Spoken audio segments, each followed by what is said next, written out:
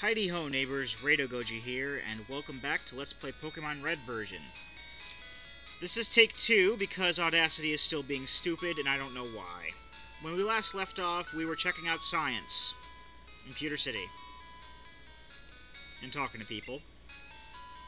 What's so special about it? I'll tell you later. Yeah, there are a lot of allusions to this being in the real world. They make allusions to, like, America and stuff like that. However, and even the region that we're in, while it doesn't really have a name, it's just kind of like basically the Pokemon world. It is in later games referred to as Kanto, and the Kanto region is meant to be analogous to the Kanto region of Japan. However, the Pokemon world is not really the real world. I also decided to not do some level grinding for Pikachu outside of the video because I really didn't want to pay double to get tickets so that we could, like, you know, come back up on the video and stuff like that.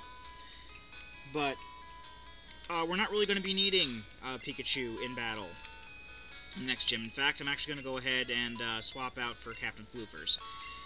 Because in our last take I did try doing the level up experience buff thing with him, and I ended up getting my my Pokemon a little beat up in the first battle. Once we can talk to other people. I don't want to keep it too short, but yeah, we already talked to him. He took us to the museum for science. Nidoran, sit. And Nidoran says, bow wow. Bow bow. I think it said bow bow. I kind of skipped over it. A Pokemon's an outsider, so it's hard to handle. An outsider is a Pokemon that you get in a trade. It grows fast, but may ignore unskilled trainer in battle. If only we had some badges. Yeah, we're not going to worry about outsiders too much, because we're not going to be trading with anybody. Notice, thieves have been stealing Pokemon fossils at Mount Moon. Please call Pewter Police with any info. Now, if we try to leave this way, this guy over here, this guy, I'm pointing at the screen, but you can't see. The other guy that's on the screen besides us says, "You're a trainer, right? Brock's looking for new challengers. Follow me." So basically, you can't actually leave until you go to the Pokemon gym and challenge the gym leader.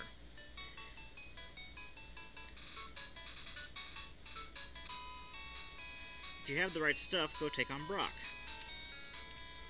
Funnily enough, he goes off to the side here, but it's blocked, so I don't know how he got anywhere. Here's a gym leader, Brock, the rock-solid Pokemon trainer. And if we talk, I guess we didn't talk to this girl before. Remember, the Clefairies come from the moon. They appeared after Moonstone fell on Mount Moon. Moon. Okay. Gyms are basically a place. I'll just let you showing off. Lenny is always one step ahead of us. He's already beaten the gym leader. Gyms each follow a certain Pokemon theme. This one doesn't. This one follows it extremely loosely, but they're basically supposed to be rock-type gym leaders here. Oh, the first guy that we're going to see here is not a rock-type gym trainer or Pokemon trainer. He actually only has ground-type Pokemon. But if we talk with this guy here, he basically gives us some advice. I forgot the cat was in the room. Give me 2 seconds. Alright, and we're back. We'll let him take us to the top, I suppose. Knowing my luck, basically he's just doing the, yeah, basically making sure that we have a type advantage out first. Knowing my luck, that little interruption will probably cost me my Audacity file. I don't know what's wrong with anything. Sorry. Just a little peed off. I will edit that out. Edit what out, you say? It's already edited out from what I can see. Exactly. But yeah, this guy only uses ground-type Pokemon here, as we will see. Stop right there, kid. You're still light years from facing Brock. No, I'm not. He's right over there. Because, you know, it's a measure of distance, not, I guess, levels. But yeah, he's like, actually like 30 feet away, maybe. Maybe 20 feet, 10 feet away. Yeah, that's not a light year. Anyway, yeah, the Diglett, that is a ground-type Pokemon, and it uses Scratch a lot. Even though we are technically a lesser level than Diglett, we will still do well, because our Bubble will do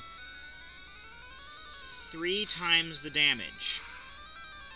Because it's times 2, also times 1.5, for the extra 50% for Bubble being the same type as Captain Floofers. So we're good. He's basically taking 3 times the amount of damage he normally would.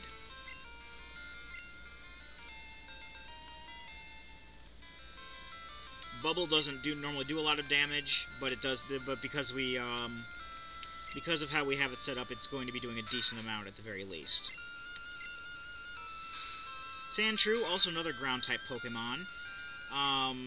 As far as versions are concerned, as seeing him out in the wild, Sandshrew is actually a blue version exclusive.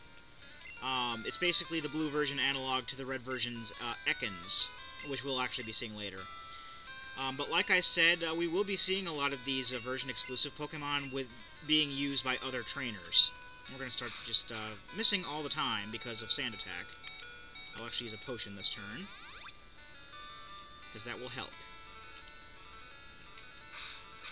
So we're pretty much at a point where it's a crapshoot whether or not we're going to hit him.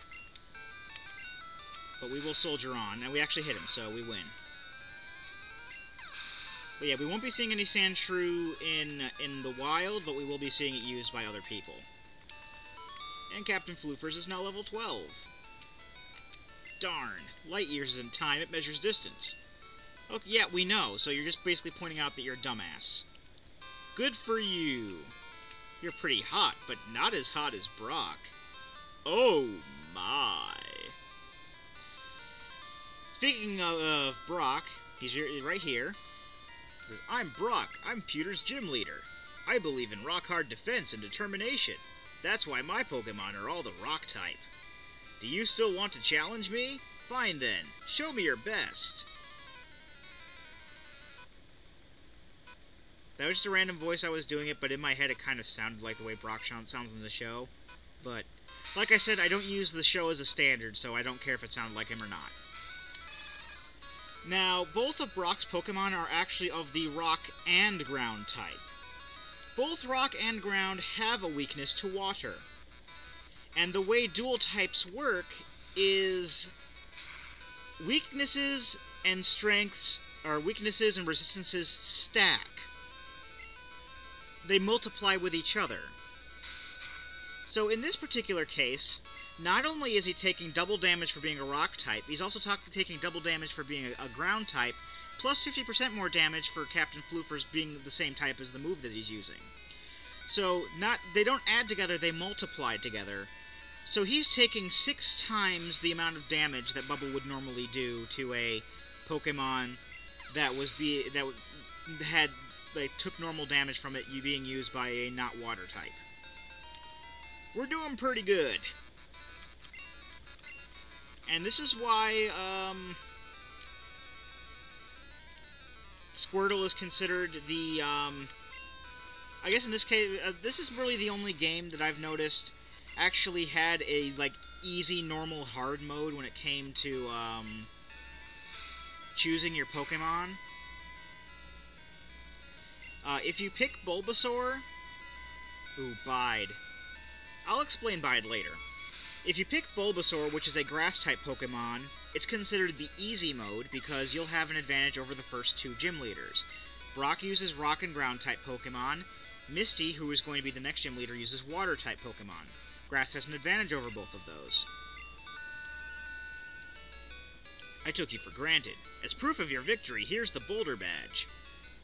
Raider received the Boulder Badge! Hooray! That's an official Pokemon League badge. Its bearer's Pokemon become more powerful. The technique Flash can now be used anytime. And we got a lot of money for winning. Wait, take this with you! Ready to receive TM34. A TM contains a technique that can be taught to Pokemon. A TM is good only once, so when you use one to teach a new technique, pick the Pokemon carefully. TM34 contains Bide. Your Pokemon will absorb damage in battle and pay it back double. Bide is an absolutely worthless move. It doesn't absorb damage. Your Pokemon takes damage over about 3 turns, and in those turns it does nothing but take damage. If it survives to its last turn, it will actually do all of the damage it took double back at the enemy. It will deal that much damage. However, you can get around this by using items, killing making the Pokemon faint. Like a kill. If I say kill, it means make it faint. Basically, killing the Pokemon before it can achieve this goal, or swapping out Pokemon so that you deal no damage to it and it won't be able to do any damage back to you. Also, our name is on the plaque now. And, we're Pokemon Champ material. But yeah, as I was saying before, Squirtle is considered the normal difficulty because he has an advantage over Brock, but not over Misty. And then, you have Charmander, who's a fire type and is actually weak to the first 2 gym leaders. So, you know, you have a whole easy, medium, hard. This is the only game I know of that actually does that kind of thing. We're going to go to the Pokemon Center real quick.